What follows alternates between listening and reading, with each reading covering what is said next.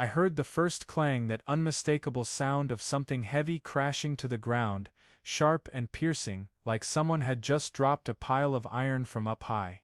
I was sitting in the kitchen, a cold cup of coffee in my hand, thinking it was the neighbor kids messing around in the backyard again. But then it came again, clang followed by a whining drill, like a metal beast growling. I set the coffee cup on the table, muttered, "Must be old Henry fixing his car again," and got up, slipping on my muddy boots and grabbing the watering can like usual. I stepped out the back door, not suspecting for a second that my quiet life in Willow Creek, Oregon, was about to be ripped apart. As I ran into the backyard, the can still dangling in my hand, I saw it, a glossy black steel fence gleaming in the sun, at least 2 meters tall, cutting off the path to my garden. The pointed iron bars, sharp like shark teeth, stood tall and proud, like some absurd monument sprouting up in the middle of my yard. On the fence, a shiny silver sign hit me square in the eyes: HOA Members Only, Willow Creek Estates, Trespassers Will Be Prosecuted. I stood frozen, gripping the can's handle, mouth gaping like someone had just slapped me with a thick rulebook. I blinked, looked again, but the fence was still there, cold and unmoving, as if it were mocking me. Then I spotted a security camera bolted right in the middle of the entrance, aimed straight at my backyard, its red light blinking like a robotic middle finger. "What the hell is this?" I muttered, my voice hoarse with confusion and anger. This was my garden, my backyard, my property, and now it was blocked off like I was an intruder in my own home. I stepped closer, my boots sinking into the soft dirt, and noticed a branch of my favorite apple tree, the one Ellen, my wife, used to call Sweet Boy before she passed, chopped clean off to make way for an iron post. I looked around, no sign of anyone, no hint of who'd done this, just the fence, the sign and the camera, like a shameless trio declaring I no longer had the right to step into my own world. That's when I knew something stupid and sinister was happening, and the person behind it, as I'd soon find out, was Marlene Tate. This garden was everything I'd dreamed of. After 30 years as a construction engineer in Seattle, I'd spent my life designing bridges and roads, wrestling with concrete, floods and endless rain, only to retire and find Willow Creek, a small town nestled in Oregon's pine forests, where people knew each other by the sound of their dogs barking more than by business cards. I bought this log house 5 years ago, paid it off in full, no loans, no mortgage, no trouble, or so I thought. The backyard was where I made my dream real.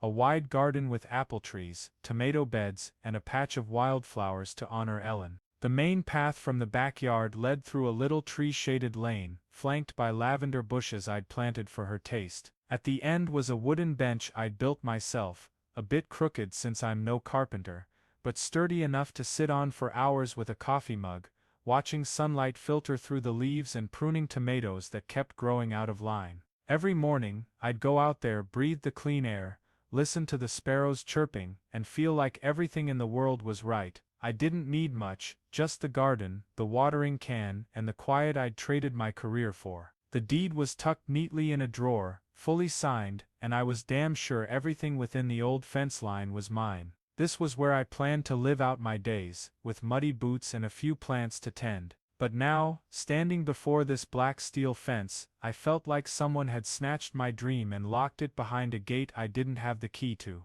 I walked along the fence, hand brushing the cold iron bars, trying to figure out what had happened. It stretched solid and unyielding, from the edge of my garden across old Henry Walsh's land next door, then curved toward the neighborhood road. No letters, no knocks on the door, no warning signs beforehand. Someone had put it up, maybe in the dead of night, like a stealth army. I picked up the watering can, gripped the handle like it was a weapon, and told myself, fine, if they want to play, let's play big. I knew there was someone out there, and I'd find her, Marlene Tate, as I'd soon learn, the one who'd turn my garden into a battlefield. I stood there, the watering can still dangling in my hand, staring at the black steel fence, slicing through my garden like an iron blade.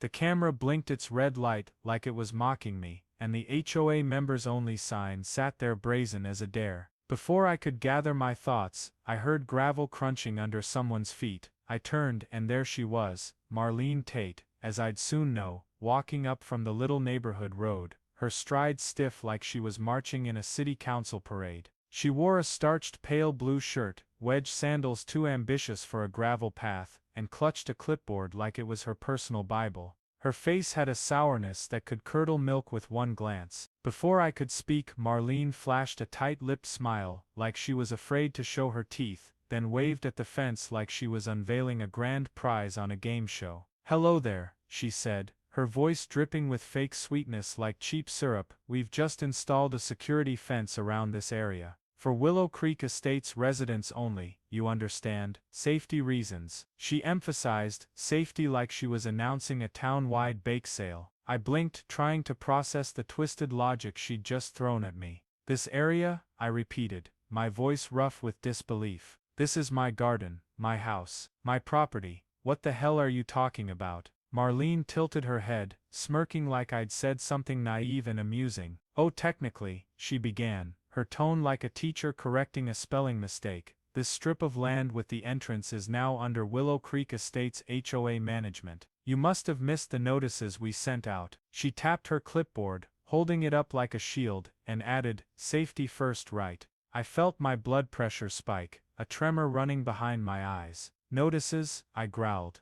"I didn't get any damn notices. And what gives you the right to put this thing on my land?" She smiled wider, the kind of smile that makes you want to punch something. "Oh, it's ours now," Marlene said, like she was explaining the obvious to a slow kid. "The HOA leased this strip last fall. It used to belong to the old hardware store owner, God rest his soul. When he passed, it went to public auction, and we bought it, made it HOA common property." I stared at her, trying to untangle the warped logic. The old hardware store, that rickety shed that sold rope and nails at the edge of my garden, I'd always assumed it was part of my deed, or at least county land. Turns out it wasn't, and Marlene Tate had swooped in like a vulture, snatching it right under my nose. "You didn't tell anyone living around here, did you?" I asked, my voice tight as a guitar string. Marlene shrugged, a that's life kind of shrug. "We discussed it at the October meeting," she chirped, completely transparent. "You could file a formal complaint, but since you're not a member, I'm afraid you don't get a vote." She walked off, leaving me standing there, still gripping the can, feeling like I'd just been slapped in the face by a lunatic in bureaucrat's clothing. I looked at the fence, the camera, and the sign, realizing this stupid sinister thing wasn't just a mistake, it was a plan, and Marlene Tate was the mastermind. Before she disappeared, I yelled after her, "Who gave you the right to do this?" Marlene turned back, smile still plastered on. "The HOA board," she replied, then added, "and the law." I stood there, blood boiling, knowing I had to do something. This garden was my dream after 30 years in Seattle, not some playground for Marlene to claim as her own. I picked up the can, gripped it tighter, and told myself, "You want a fight, I'll show you a fight." After Marlene Tate walked off with her smug shrug and clipboard hugged tight like a talisman, I stood there, the watering can in my hand now feeling heavy as a lump of iron. The black steel fence loomed in front of me, cutting through my garden like a metal scar, and the camera blinked its red light like it was taunting me. "Leased since last fall," she'd said, like it was something I should have known. But I didn't, and the thought that someone could sneakily snatch a piece of my land without so much as a knock on the door, made my blood boil. I turned back into the house, determined to figure out what the hell was going on. This garden wasn't just a plot of dirt, it was the dream I'd nursed through 30 years as a construction engineer in Seattle. I'd spent my life designing bridges and roads, wrestling with numbers, concrete, and endless rain, only to retire to Willow Creek, a small town in Oregon's pine forests, where I could hear leaves rustling instead of car horns. I bought this log house, paid it off, no loans, no mortgage, and turned the backyard into a little garden, apple trees, tomato beds, and a wildflower patch for Ellen, my wife who'd left me nearly 10 years ago. Every morning, I'd step out the main path from the backyard, walk through the tree-shaded lane with lavender on both sides, sit on the wooden bench I'd built, slightly crooked since I'm no carpenter, and hold a coffee mug, watching sunlight spill through the leaves. I'd prune the tomatoes, listen to sparrows chirping, and feel like everything in the world was right. I'd paid for the land in full, the deed tucked neatly in a drawer, signed and sealed, and I was damn sure everything within the old fence line was mine. No HOA meddling, no one bothering me, or so I thought. But this morning, instead of grabbing the watering can to tend the garden, I stood frozen before a black steel fence blocking my path, mouth gaping like an idiot. I went back inside, rifled through the drawer, and pulled out the deed. I read every line, every word, looking for what I'd missed. Nothing about a strip with an entrance or Willow Creek Estates HOA in there. I frowned, wondering if Marlene was making it up, but her confidence made me doubt myself. I decided to get answers. I drove to the Willow Creek County Library, a small musty building, with the smell of old paper and a creaking ceiling fan. There I found Edna Price, an elderly librarian, with thick glasses who'd worked at the land office before retiring. "Hey Edna," I said, slapping my stack of papers on the counter, "I need help. There's a fence in my garden, and some HOA lady says it's theirs." Edna pushed her glasses up, peered at me through cloudy eyes and smirked. "HOA huh? Those folks are always stirring trouble. Let me see." We sat down, flipping through dusty archive files. After an hour of dust and cold coffee from the vending machine, Edna pointed at a land map. "Here," she said, tapping a shaky finger on a narrow strip running along my garden's entrance. "This used to belong to Bill Grayson's old hardware store. When he died, it went to public auction. Looks like Willow Creek Estates HOA bought it." I stared at the map, feeling like I'd been punched in the gut. The hardware store, that rickety shed that sold rope and nails at my garden's edge, I'd always assumed it was part of my land, or at least county property. Turns out it wasn't, and Marlene had swooped in like a vulture, snatching it right under my nose. "But I didn't get any notice," I said, my voice tight as a wire. Edna shrugged. "They don't have to notify you if you're not an HOA member. Public auction's legal enough." I sat there, hands clenching the papers, feeling the ground drop out from under me. I looked out the library window, picturing the black steel fence stretching from my garden, across Henry Walsh's land, then curving to the neighborhood road, like a track in a nightmare world. I'd lost my garden's entrance, not because I'd done anything wrong, but because a bunch of self-important association folks had quietly stolen it. I stood up, thanked Edna, and told myself, "Fine Marlene, you want to play the law game, I'll show you how I play." After leaving the county library with a buzzing head and crumpled papers in hand, I drove home, resolve hardening. Edna Price had shown me the narrow strip with my garden's entrance, wasn't in my deed, it was leased by Willow Creek Estates HOA. Marlene Tate and her crew had sneakily snatched it out from under me, and I wasn't about to let it slide. The garden was my dream, where I planted apple trees for Ellen, my reward after 30 years engineering in Seattle. I wasn't the type to sit back and watch someone lock it behind a black steel fence and mock me with a blinking red camera.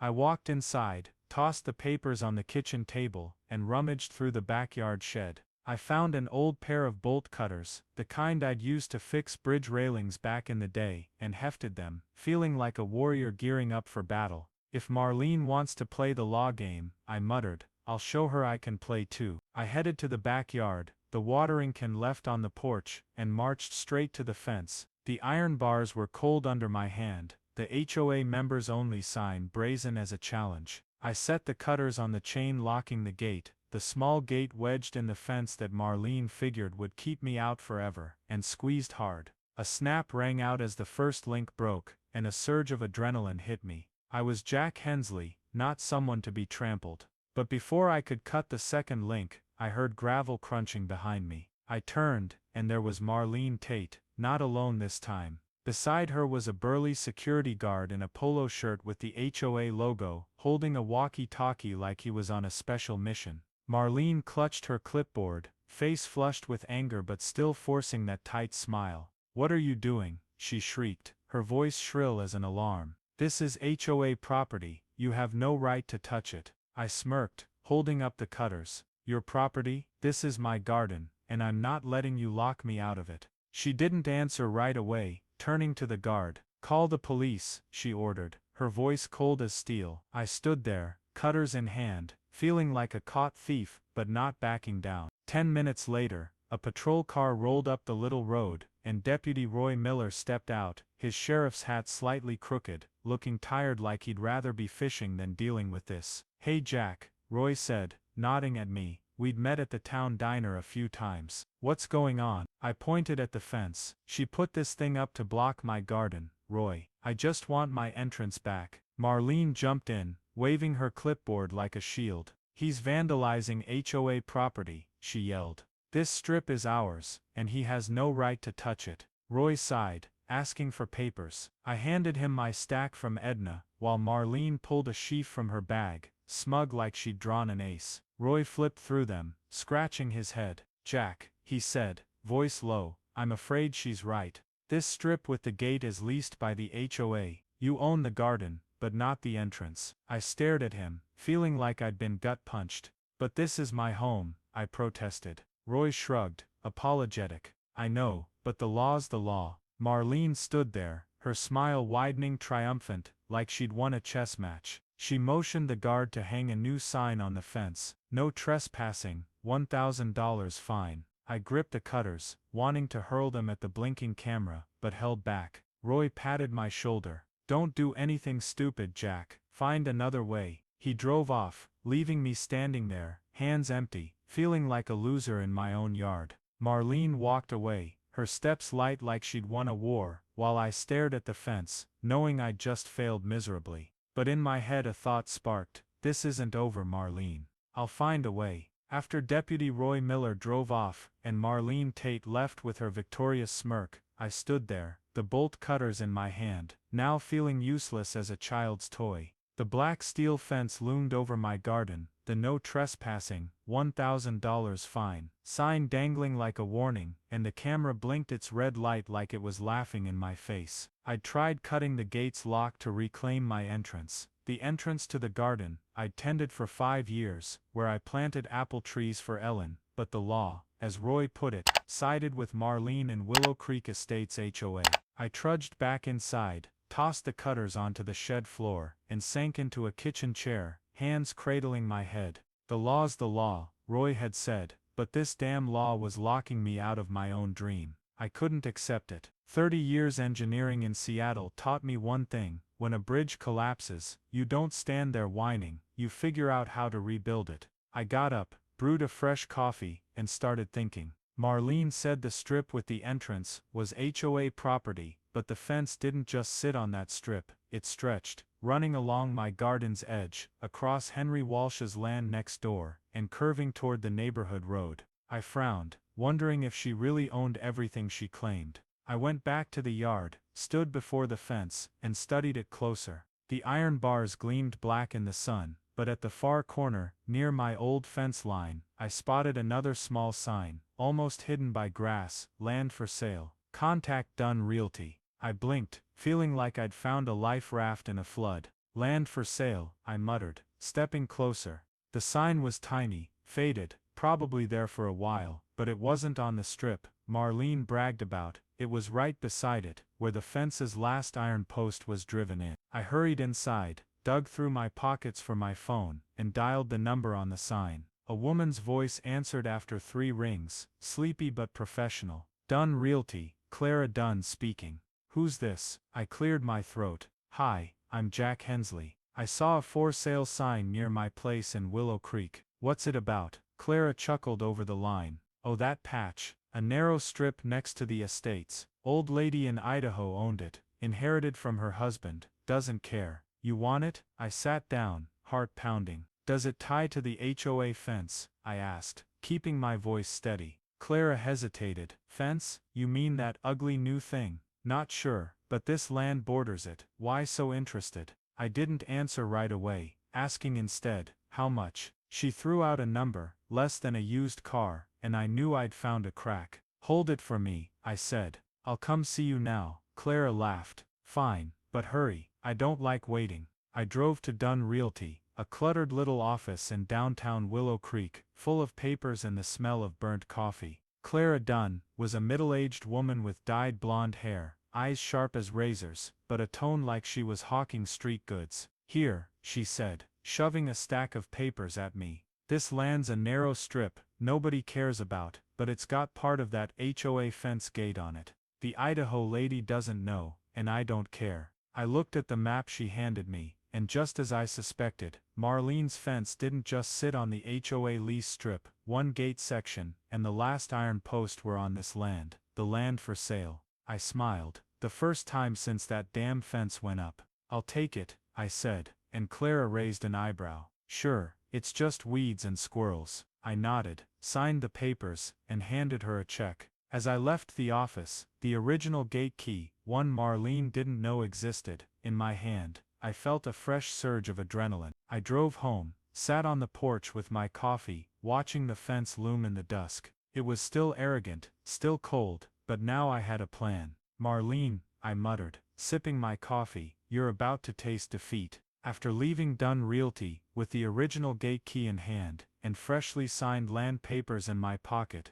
I drove home, my mind spinning with a plan I knew would leave Marlene Tate stunned. I'd bought the narrow strip next to my garden, the strip where Willow Creek Estates HOA's black steel fence had unknowingly planted its iron posts, the piece Marlene thought was hers, but wasn't. I sat on the porch, watching the fence loom in the sunset, sipped my coffee, and smiled. 30 years engineering in Seattle taught me a small flaw in a design can bring down a whole bridge, and I just found Marlene's flaw. I didn't rush. I waited a few days, letting the county confirm the papers, letting that damn fence settle into Marlene's smug mind as a fixture. Then one morning, as sunlight peeked through my apple trees, I walked to the backyard, not with the watering can, but with a new lock, the heavy-duty kind used for military sheds, and a small toolbox. I approached the gate in the fence, the one Marlene had locked to keep me from my own garden. I tested the original key from Clara Dunn. It fit perfectly, turning smooth as a whisper. I removed the old lock, replaced it with my new one, and click, it snapped shut solid as a hammer on an anvil. I hung a small sign on the gate, printed on waterproof paper, private property, Jack Hensley. Authorized entry only. I stepped back, admiring my work, feeling like I'd just played a perfect chess move. I didn't have to wait long for a reaction. Less than an hour later, gravel crunched on the little road, and Marlene appeared, marching stiffly like a tin soldier, clipboard still clutched to her chest. Her face flushed red when she saw the new lock, and when she read my sign, her eyes bulged like they might pop out. "What are you doing?" she shrieked, her voice high as a fire alarm. "This is HOA property, you can't change the lock," I smirked, stepping out from the porch, holding a copy of my new land papers. "Your property," I said, voice calm, but sharp. "I own this land, Marlene. This gate's on my soil, not your lease strip, see for yourself." I tossed the copy at her, and it landed at her feet like a paper slap. Marlene bent down, picked it up, hands trembling as she read. "No way," she stammered, voice choking. "This strip is ours, we leased it." I crossed my arms, watching her grapple with the truth. "You leased the strip next to it," I said, pointing to my garden's edge. "But this gate, and that last iron post there, they're on the land I just bought. You thought they were the same, didn't you?" "So did I, until I checked closer." She looked at me, then the papers, then me again, mouth opening and closing like a stranded fish. "This is a mistake," she finally spat out. "You can't do this." "Oh, I can," I said, stepping closer to the fence, and I did. "This gate's mine, Marlene. If you want in, you ask me. Otherwise stand there and stare." She staggered back, her face twisting like she'd bitten a raw lemon. "This is community sabotage," she yelled, waving her clipboard like she'd hit me through the fence. I shrugged. "Call it what you want. The law's on my side this time." Marlene turned away, her steps heavy like she was dragging them, but I knew she wasn't done, not her type. I stood there, watching her figure fade, feeling like I'd won a big hand. But I also caught a few eyes in the distance, some HOA folks near Henry Walsh's place, whispering. One, a young woman with short hair, looked at me with curiosity, not hostility. I didn't know her. Maybe Nora Evans, the HOA secretary, as I'd soon learn, but I felt a spark of hope. Marlene might be the ringleader, but not everyone in her crew was blindly with her. I went back inside, picked up the watering can, and told myself, "Step one's done, Marlene. Your move." After changing the gate lock and watching Marlene Tate walk away with a face twisted like she'd bitten a raw lemon, I felt a rare surge of satisfaction. I'd regained control, not of the whole garden, but at least the gate on the black steel fence blocking my entrance, a gate now mine thanks to the narrow strip I'd bought from Clara Dunn. I stood on the porch, sipped my coffee, watched the private property, Jack Hensley sign dangling on the gate, and thought maybe it was over. 30 years engineering in Seattle taught me a smart move can end a game, but I forgot Marlene wasn't the type to give up easily. Things stayed quiet for a few days. I went back to my old routine, grabbing the watering can to tend the garden through the side path, caring for the apple trees and tomato beds, though I had to take a longer route since the fence still blocked the main way. I figured Marlene had retreated, licking her wounds and figuring out how to explain herself to her HOA cronies. But then one afternoon, while I was pruning lavender, I heard the rumble of a truck on the road. I peeked out and saw a landscaping crew, 3 guys in reflective vests wielding lawnmowers and shovels near the fence. They didn't say a word, just started tearing up the weeds right at my garden's edge, less than a meter from my gate. I stepped over, pruning shears still in hand, and yelled, "Hey, what are you doing?" One guy looked up, shrugged. "Community maintenance, HOA orders." I frowned, watching weeds fly everywhere, then saw a tomato branch, one I'd grown from seed, heavy with fruit, get nicked by the mower, torn apart. Blood rushed to my head. Maintenance for what? I roared. This is my garden. The guy just smirked and kept working, like I was some cranky old man slowing them down. I turned back to the house, about to call the cops, when Marlene appeared from the gravel path, clipboard in hand, that forced smile plastered on her face again. "Hello, Jack," she said, voice sweet as spoiled syrup. "We're just cleaning up around the fence. Safety reasons, you understand. Weeds can be a fire hazard." I stared at her, then at my ravaged tomato plants and growled, "Safety? You just trashed my garden, Marlene. This isn't your land." She tilted her head, smirking like I'd said something absurd. "Oh, we have the right to maintain adjacent land," she said, tapping her clipboard. "It's in the HOA rules, you should read closer." I stepped closer, pointing at the fence. "You've got no right to touch my garden. This gate's mine, and I'll sue if you keep this up." Marlene didn't answer right away. She turned, signaled the crew to stop, but her smile said this wasn't over. The next day, I opened the Willow Creek Chat Facebook group on my phone, one I rarely checked, and saw a post from an anonymous account, but I knew it was her. "Residents beware, of vandals trying to steal community land with legal tricks. Don't be fooled." Comments exploded below. Some called me a selfish old man, others asked what was going on. I gripped the phone, wanting to smash it on the table, but I held back. I knew I had to fight back. I went to the backyard, grabbed a small battery-powered camera I'd used to watch squirrels in the garden, and mounted it on an apple tree near the gate, aimed straight at the fence. I added a little solar-powered floodlight, not to record, but so it'd flare up like a warning whenever someone from the HOA got close. I stepped back, watching the light flicker on in the dusk, and muttered, "You wanna play tricks, Marlene? I can play too." I wasn't about to let her ruin my garden, or smear me without a cost. I picked up the watering can, headed through the side path, and told myself, she just started a new round, and I'm not going to let it slide. I'll keep playing. After setting up the camera and floodlight to counter Marlene Tate's antics, I felt I'd regained some ground. Her landscaping crew had wrecked a corner of my tomato bed, and the smear post on Willow Creek Chat still had a few neighbors eyeing me suspiciously, but I wasn't letting Marlene win. I'd changed the gate lock on the black steel fence, legally owned the land with the gate thanks to Clara Dunn, and now I needed a knockout blow to lock in this victory. 30 years engineering in Seattle taught me a bridge is only strong when its foundation's reinforced, and I was about to reinforce mine. I called Tom Baxter, my buddy from my Portland working days, now an urban planning engineer with a head full of regulations and a saint's patience. "Tom," I said over the phone, holding a copy of my land papers, "I need to make this land something Marlene and the HOA can't touch. Any ideas?" Tom chuckled through the speaker. "Jack, you just bought a strip with their gate on it. You're already ahead, but if you want to lock it down, use Oregon preservation laws. That land's under 6 feet wide in spots, you could turn it into a personal ecological preserve. No one can build or interfere without your say-so." I grinned. "You're a genius, Tom." We met at the town diner, where Tom brought a stack of papers thick as a novel. He helped me fill out an application to reclassify the land, based on Oregon's non-commercial preservation laws. It'll be a little ecological corridor, Tom explained, pointing at the map. The gate, the fence, all under your control, and the HOA has to ask you to do anything.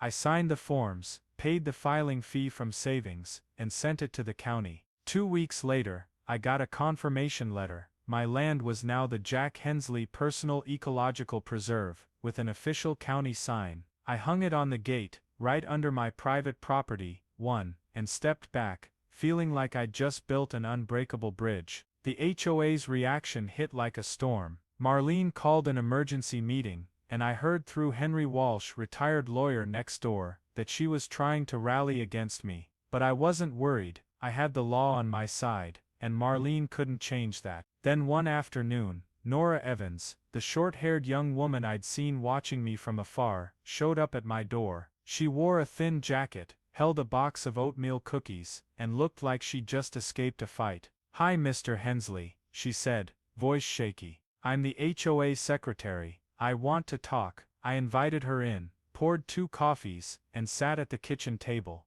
Nora sighed. "Marlene's losing it," she said, tapping her fingers on the table. "She tried to push a vote to override your land classification, called it malicious. But I read the county laws to the board. You followed the process, paid the fees. No one backed her." She handed me a cookie, smiled faintly. "She blew $5,000 of HOA funds building that fence on land we didn't own. Now people are asking where the money came from." I raised an eyebrow. $5,000, to lock me out of my garden." Nora nodded. "And not just that, there's a stress retreat for the board she booked under her niece's name. I've called for a full audit." I laughed hard, nearly spilling my coffee. "You're a hero, Nora," she shrugged. "I'm just tired of her bossing me around." I watched her leave, feeling like I'd found an unexpected ally. The next day, I heard from Henry. Marlene got suspended by the board for the investigation, then quit right after, leaving a long rant blaming a toxic environment.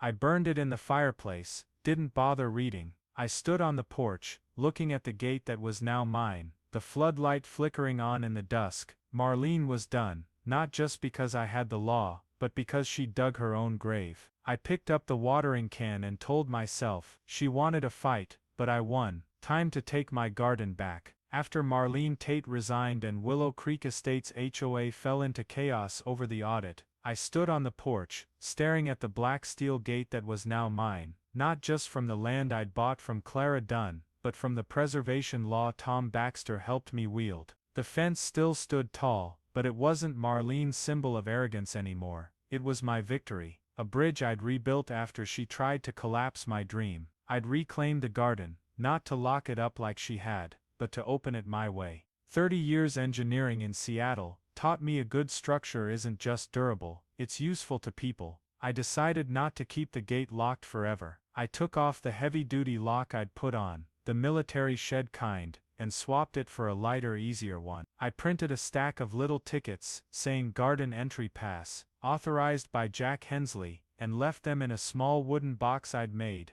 hung by the gate. I put up a new sign on the fence, access with respect, no freeloading. My idea was simple: anyone wanting to see the garden, to admire the apple trees, pick a few tomatoes, or sit on my wooden bench, could ask me. If they were decent, they'd get in. If not, the gate stayed shut. I didn't want it to be a battlefield anymore. I wanted it to be a place where people remembered we're neighbors, not enemies. Word spread fast in Willow Creek. Leela Carter, the young mom next door, was the first to knock. She brought her 2 little kids, and a jar of homemade jam. "Mr. Jack," she said, beaming, "I heard you're opening the garden." The kids missed that swing under the apple tree. I handed her a ticket, winked. "Go on in, but don't let them spill jam on my bench." Leela laughed, and soon I saw the kids running around the garden, their giggles echoing past the fence. Henry Walsh, the retired lawyer, stopped by too, with a beer. "You did good, Jack," he said, clapping my shoulder.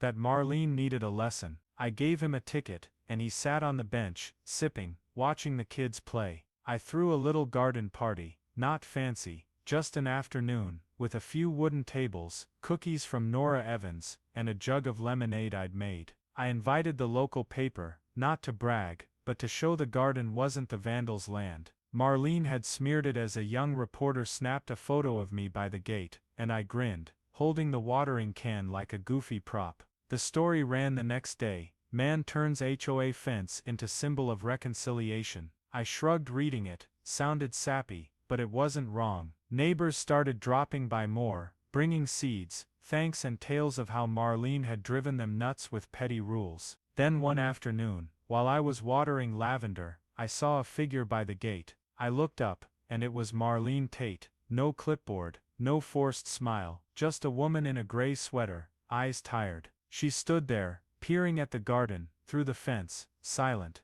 I stopped watering, walked closer, still holding the can, but not as a weapon anymore. She looked at me, then at the kids playing under the apple tree, and finally spoke, voice raspy. "You won, Jack." I shrugged. "It's not about winning, Marlene, just keeping what's mine." She nodded faintly, hands in pockets, then turned away. I watched her fade down the gravel path, feeling no anger or triumph, just a bit of relief. She didn't come back with chaos or tricks. I heard she'd moved somewhere far, maybe to find a new battlefield. I went back to the garden, picked up the can, and told myself, she's gone, and the garden's still here. That's enough. After Marlene Tate left for good, her figure fading down the gravel path, I stood there, watering can in hand, looking at my garden through the black steel fence that was no longer a barrier. The gate stood open, the access with respect sign swaying gently, and the sound of Leela Carter's kids laughing rang out from under the apple tree. I'd won, not just reclaiming the garden entrance I'd tended for 5 years, not just beating Marlene and Willow Creek Estates HOA's schemes, but turning it into something people could share. 30 years engineering in Seattle taught me a structure needs more than strength, it needs meaning, and this garden now held mine.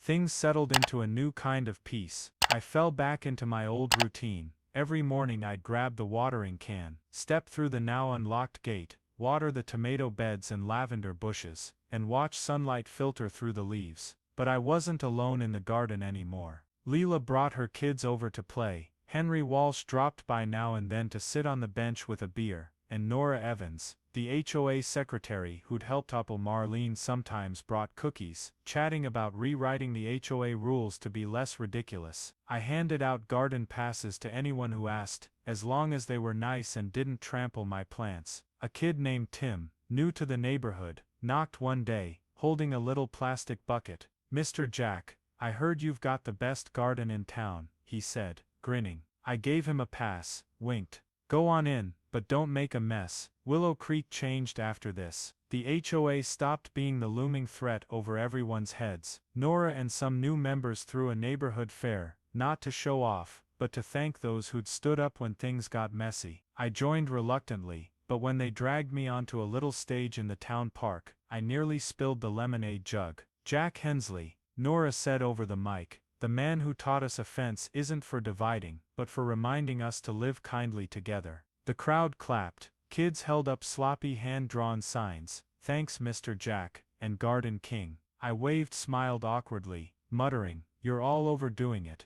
But I couldn't deny it, the garden was part of the town now. The black steel fence still stood, but it wasn't Marlene's anymore. Paint had faded, moss grew in spots, and it took on a rustic charm I didn't want to tear down. I left it, not to flaunt victory, but because it'd become part of the story. One evening, sitting on the bench with a coffee, watching the kids run, and Henry tell old tales, I thought about this journey, from the first clang of the fence, to fighting Marlene, to opening the gate for everyone. I'd nearly lost the garden, where I remembered Ellen, but now it was bigger than my original dream. I pulled Marlene's old lock, the one I'd removed when I swapped it for mine, from the toolbox under the porch. It was rusted, stuck from time and rain, but I set it on the gatepost, like a silent keepsake. It reminded me of the days I held bolt cutters, the nights I pored over land papers, and how I turned a fight into a lesson. I stood up, looked at the garden glowing in the sunset, and muttered,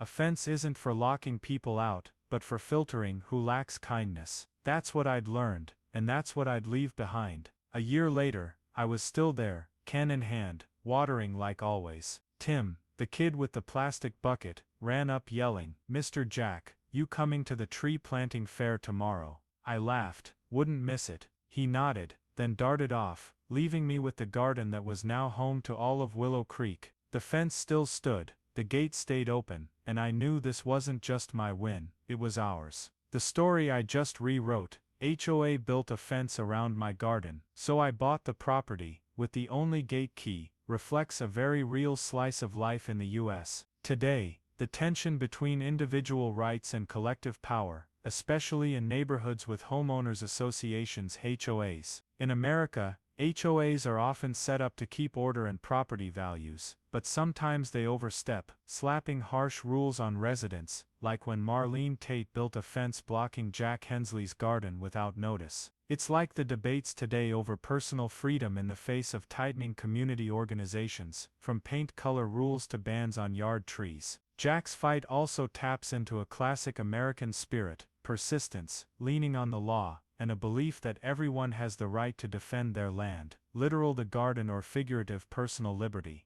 The takeaway from the story isn't just don't give up, it's a practical, concrete way to tackle injustice in modern US life. When Jack found the land with the gate for sale, and bought it from Clara Dunn, he used smarts and legal know-how, something Americans today can learn from when facing groups like HOAs or local governments. Instead of just raging or breaking things like when he tried cutting the lock, Jack studied Oregon preservation laws with Tom Baxter, and turned his land into an ecological preserve, leaving Marlene no room to fight back. It shows how crucial it is to know your legal rights, in a country where laws are complex but a powerful shield if you use them right. Plus, when Jack opened the gate and handed out passes to neighbors like Lila or Henry, he taught us victory doesn't have to be selfish. Sharing and building community, like his garden party, can turn conflict into connection. Finally, keeping Marlene's old lock as a memento reminds us patience and kindness, like with Tim, are the keys to turning a fight into a legacy. Americans today can apply this research, act smart, and use a win to make something good,